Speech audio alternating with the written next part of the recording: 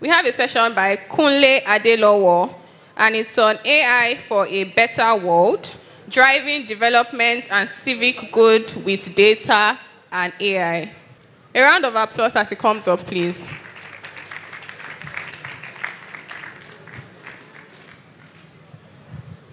Hello, everyone. Good afternoon. DataFest. My name is Kunle Adelowo.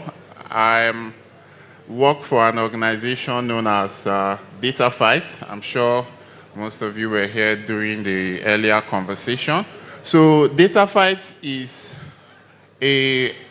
Foundation is a civil society organization, and our focus is on media analysis and research, and building technological tools that drive socio-economic growth and impact, right? So today, in this session, I'll be taking us through how data and AI can lead or can translate to socio-economic impact. That's impact in the society.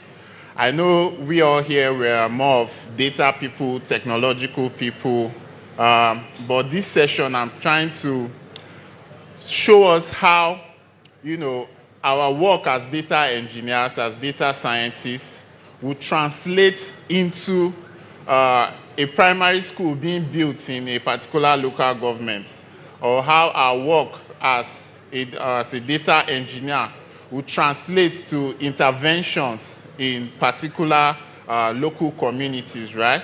So we all know that data journalism, we are not just doing data journalism or data for itself. We are doing it with an end goal in mind. So looking at the agenda today, I'll be talking about, first of all, the role of data in civic development, right? So we'll be exploring how data is important in civic development, how data is important in making sure that infrastructure-wise, in terms of our schools, our hospitals, are being developed properly, right? So in the NGO world, this is one of the things that we care about. And secondly, I'll be talking about leveraging AI in data journalism, how AI can be a big game changer in terms of data journalism. And the next thing I'm going to be discussing is interacting with data in a new way, right? We all, as data engineers, we are used to using pivot tables, using all our fancy tools to interact with data or to pull out insights from data, right? But going to the rural areas, to our mommies and daddies in the markets, right?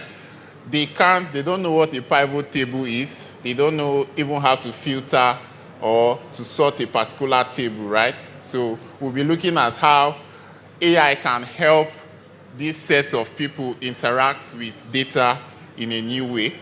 And then we'll be looking at the challenges and ethical consideration, and then we'll open the floor up for any. We are gathering this data because we are trying to track corruption in our public sectors, right? So I just want to let us know that data, it doesn't end there. Data is actually a driving force for socio-economic development. So the more available data we have, means that we can have more societal development and civic empowerment. And in the NGO world, we've had several situations where this has led to many interventions. For example, stories that DataFyte have published have led to many interventions in public school systems, in primary healthcare centers across Nigeria. This wouldn't have been possible if DataFyte didn't go to gather this data and make it available for other civil society organizations to engage with and then uncover some of these things, right? So we can see that data is actually a very powerful tool for socio-economic development and growth, right? So we have several platforms that Dataphyte have been working on or built that sees to socio-economic development and empowerment. So we have platforms like Anfani. Anfani is a platform where you can go on that platform and you have access to public procurement data as well as beneficial ownership data, right? So a curious mind can go there and say, okay, this project in my local government, right? Who were the contractors that were awarded this project, right? You can see that contractor. You can see the beneficial owners of that contractor. You can say, okay, these are the board of directors of that particular contractor. And then you can link all these data for you to make informed decisions or for you to do any form of investigative reporting that you may want to do. So we at Dataphyte, data is not just something that we try to gather and to publish, but it's something that we see that as a real tool for socio-economic empowerment and reforms. And this is not just Dataphyte, right? Most civil society organizations, when you're going to present a case to the government, for example, you say, okay, we have found some discrepancies in your data.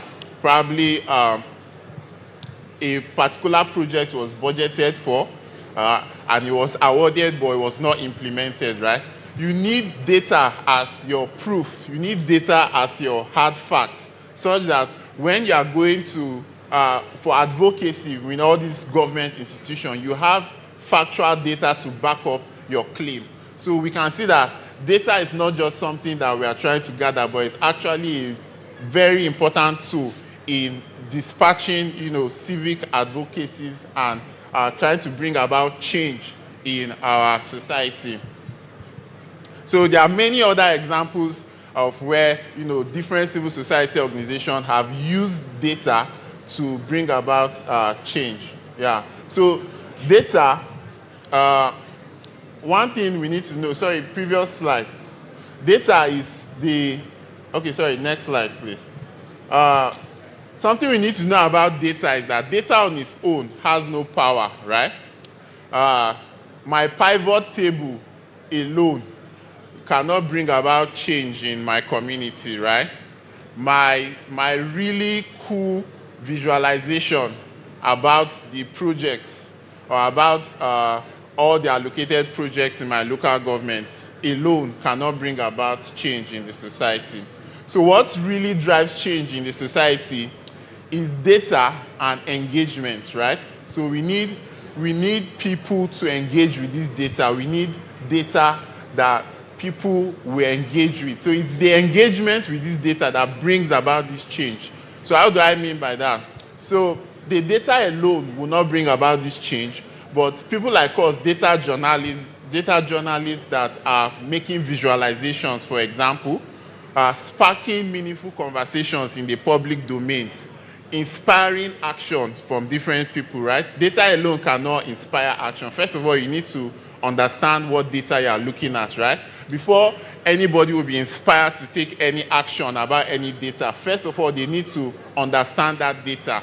And the next step in making people to understand that data is analyzing this data and bringing it out in a way that appeals to the general society. And we all know that depending on your background, right, you may be comfortable seeing a very good chart, a column chart, a pie chart, but a lay person may not be able to interact with that data in that manner. It may not inspire the same kind of action as it would in a technical mind. So we understand that engagement with data is what drives change and not just the data alone. So for data to have its desired impact, it must be transformed, it must be processed, it must be presented in a way that resonates with the target audience, right? And inspiring those audiences to make meaningful actions, right? So I'll give you a little story, right? We're going for some intervention projects, right? Some intervention projects in some villages in Adamawa State, right? And when we got there, many people in that particular, it was supposed to be a PHC, a primary healthcare center, right? But many of the citizens of that particular locale, number one, they did not know that this PHC project has been awarded and it needed to be built. They didn't know the amounts. They didn't know anything about that project, right? And before then, right, we have been sending out different data to maybe the local government chairman, to people in that particular village. But we found out that they are not interacting with that data. It's looking boring to them. They don't know what to even do with the data, right? But we found out that once we were able to present this data in a more relatable way, in a way that is meaningful to them, in a way, so instead of telling them, saying 500 or 50 million was allocated for this PHC and it was not done, right? We try to show them what 50 million can do in different places, right? Because a lot of people, when they hear 50 million, we can't really quantify or say what 50 million is worth or what it can. If you say 50 million was embezzled, right? In your mind, you are thinking, oh, okay, maybe what can that buy? What can that do? You don't really know what 50 million can do.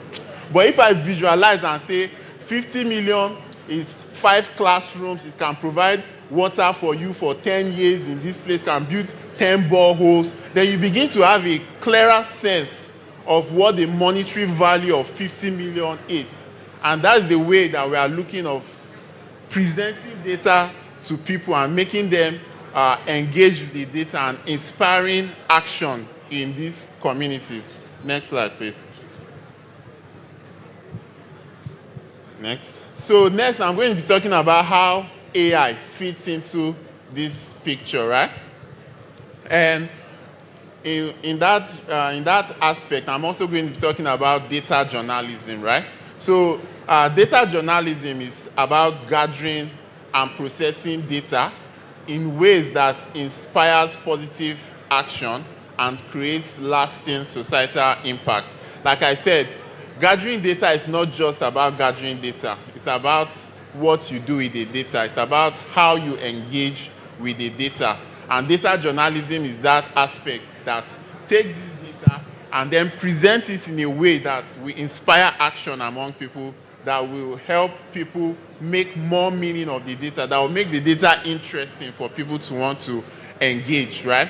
So, but we all know as data journalists, most of us here are data engineers, data scientists. We all know what it takes from the point of fetching raw data to cleaning it, to analyzing it, to creating visuals, right? We all know that takes a lot of skills, some real skills, right? We're all trying to learn how to use all the latest tools, Power BI, learning how to manipulate SQL data and stuff like that, right? So we can see that the journey you go from gathering this data to presenting it in a way that is meaningful and that inspires action actually takes a lot of work and a lot of skills, of which many civil society organizations may not necessarily have. And that's where AI comes in, right? I know in our first session this morning, we say AI is not going to replace human, and AI is not even going to fill your data skill gaps, right? But what if I don't have any data skills in the first place, right? So it's one thing to have data skills and be able to manipulate data and be able to analyze data. It's another thing not having this background or not being in this space. We are all data scientists here. This may come naturally to us, right? But for many journalists that are all about telling stories, right? Data crunching and data processing may not come naturally. And we all know that this particular skill set or the process of transforming data from raw data to insights is actually a long and a tedious process. And that's where leveraging AI can come in, right? So in the civil society space, leveraging AI can be a game changer, because it then means that we don't need to have all the complex data crunching skills, right? We can leverage AI to help us generate insights, to help us generate good context that can be able to tell the story, that can be able to tell stories that will impact our communities. Next slide, please. So these are the different areas where we can leverage AI in data journalism. So number one is gathering and cleaning data, right?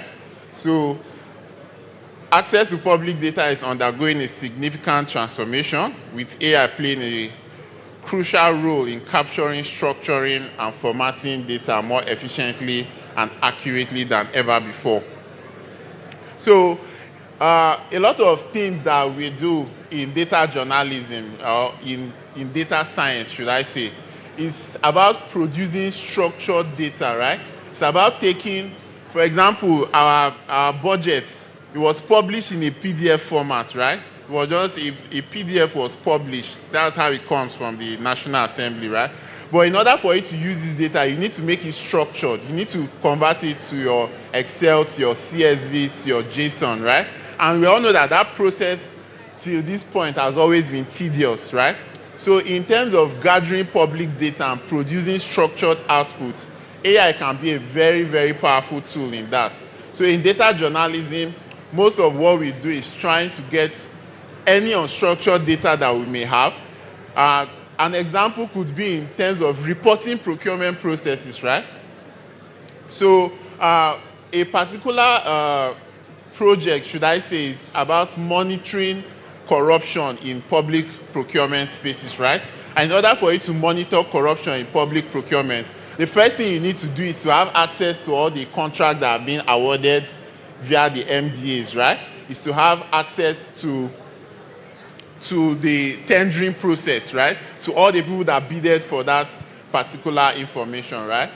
But we all know that this data, most of the time, they come in hard copy files, right? They come in hard copy files. They come in, and the MDAs, the ministries, departments, and agencies, right, that handle these processes, they always keep hard copy files, right?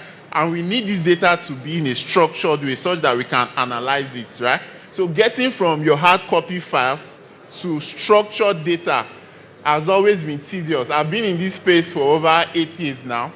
And the way we normally do it before AI is that we go to all these ministries, departments, and agencies, and then we collect these hard copy files. We collect all the contract information, collect all the tendering information, collect all the budgeting information, right? And then we start filling them into Excel sheets. But now that we have AI, we are simply leveraging AI to do this data collection process for us, whereby all we have to do is directly from the ministry, department, and agencies, they upload all their contract information, the tendering process, and the AI is able to extract those specific information from those documents and produce the structured outputs that we can now make use of in terms of monitoring corruption and doing other things. So AI has really been a game changer in terms of extracting and collecting data. The second place where we are leveraging AI in data journalism is in the analysis, right? Many data journalists are not technically savvy. Some of them are, or many newsrooms, they leverage people like ourselves to be able to analyze this data and produce insights, right? But with the help of AI now, it means that many newsrooms, we have democratized the ability to produce visualization and analysis, right? Many newsroom agencies can now leverage AI to produce analysis for them, and they are able to analyze their information and able to take action based on the analysis and insight that is being generated for them. So presentation, right? Like I said before, it's not just about gathering data. It's about gathering data and telling stories and presenting it in a format that inspires action in people, that inspires change, right? So this is another area where AI can help us, right? So we need AI to help us present this data in a way that is more relatable to us, right? Nobody wants to see a big table, a very large table of data and trying to crunch it or look or search it or do anything. Most of the time we are looking for specific nuanced information. At no point will you be trying to use all the data that you have at the same time, right? Most of the time you are trying to look for, okay, what's the highest amount, what's the lowest amount, what's the average, how much did this particular person get, how much did this other particular person get, right? So in presenting this data, AI can really help us to present the data in a way that is more relatable to the target audience, be it a market woman in the village or a more technically savvy person. So presentation is key in this aspect. And the last part I would like to talk about is how we are leveraging AI in data journalism is engagement. Like we said, gathering data is not the end goal, but it's transforming this data and making impact that is the end goal. And for us to make impact with data, we need to be able to interact with this data. Interacting with the data is where the value is being unlocked, right? So if I don't interact with my data to find out that, okay, this particular contractor has been the one winning the same contract in this particular ministry, right? I need to interact with the data to find out that this contractor has been winning multiple projects. Is it that there are no other contractors? Is it that this is the only contractor available for this particular kind of job? So I need to interact with this data. But sometimes, many of us may not be able to find, even if I give you this data now, you may not be able to find out that, this particular contractor has won multiple awards from the same ministry. You may not be able to find that out. You still need skills to be able to manipulate that data to show you that this particular contractor has won this project a number of times. But when we are leveraging AI, it's as simple as asking the AI, right? It's just a simple of which contractor has the highest amount of contract, and then the AI can then help us give that answer. So we can see that AI is a really big game changer for us in the data journalism world. Next slide, please. So one of the case studies that we have at Dataphyte for data journalism is our tool known as Nubia AI.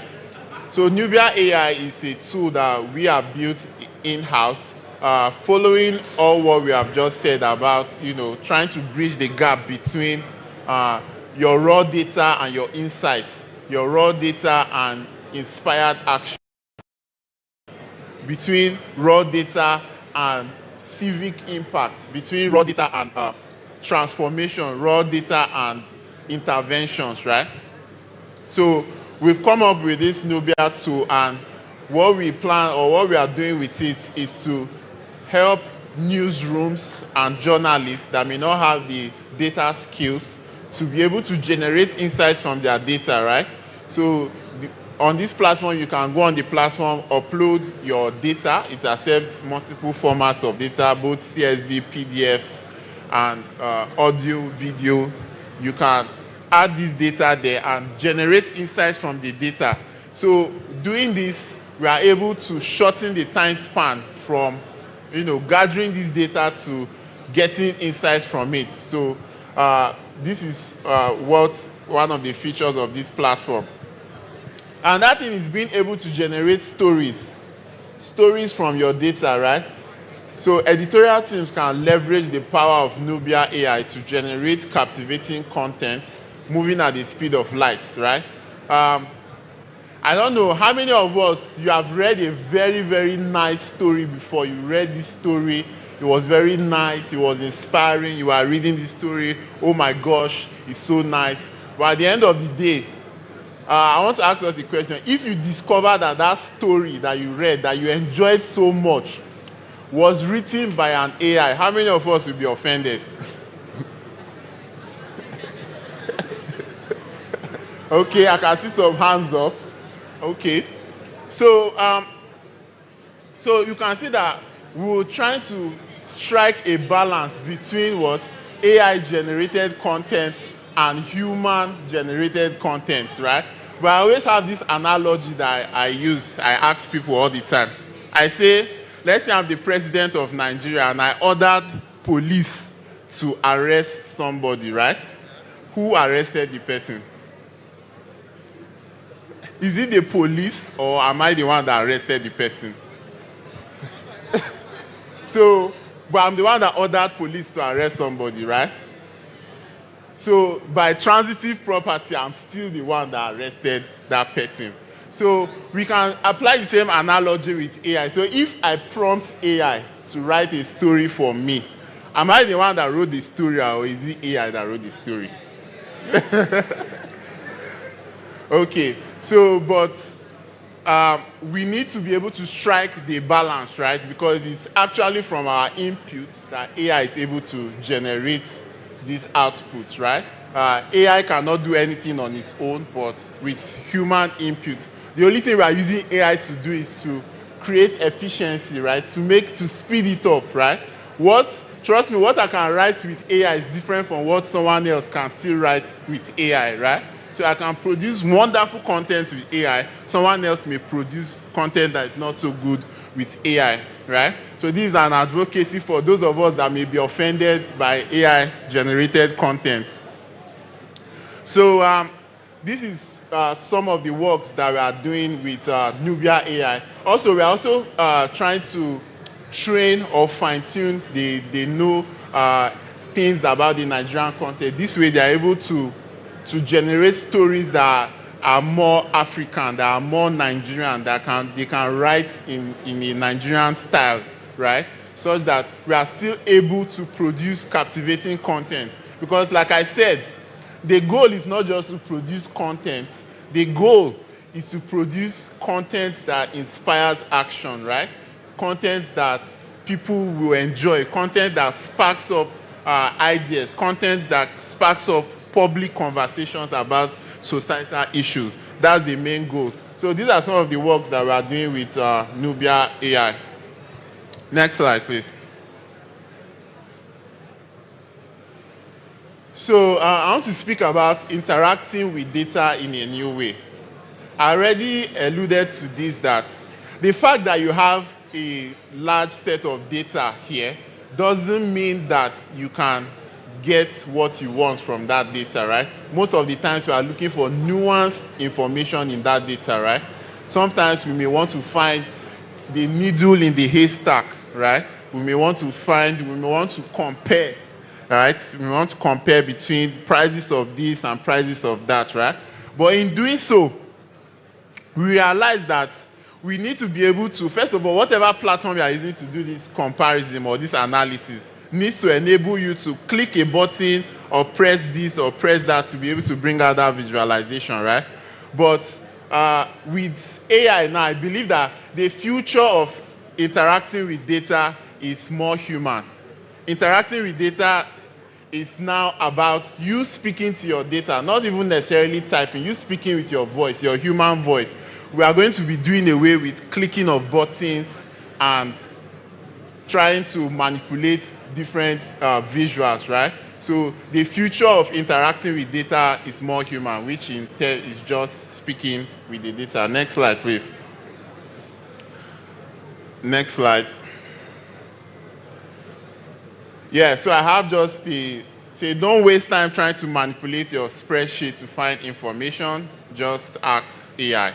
See, looking for the perfect Excel formula to get the sales projection for your data, just ask AI, right? I'm looking for these infographics and charts. I can't quite make sense of it. What is this chart telling me, right? Just ask AI. So in the future, I believe that we are not going to be clicking buttons, we are just going to be asking AI. Next chart, next slide, please. So I want to quickly talk about the ethical considerations. Next slide. So some of the ethical considerations, journalistic integrity, right, is a very important part. We need to be able to balance AI output with human input, right? You generating fully AI story is not a good idea, right? AI is supposed to be a tool to help you in efficiently generating the story, but you fully relying on AI is not a good idea. Bias and managing privacy, right? AI can generate misleading and false content, right? So we need to be able to make sure we are supervising AI and making sure we get quality information from AI. My time is up, so thank you very much. Thank you. Thank you, Adekunle. Thank you so much. Thank you very much, Mr. Please let's clap. Let's put hands together for him.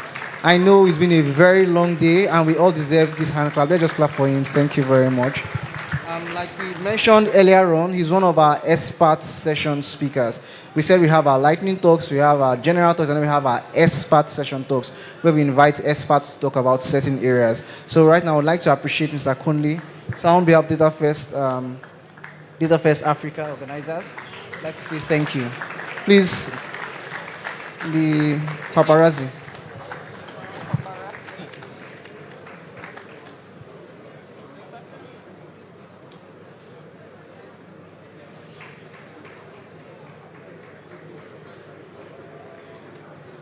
Thank you very much. Thank you very much, sir. Thank you, thank you, thank you. DataFest Africa.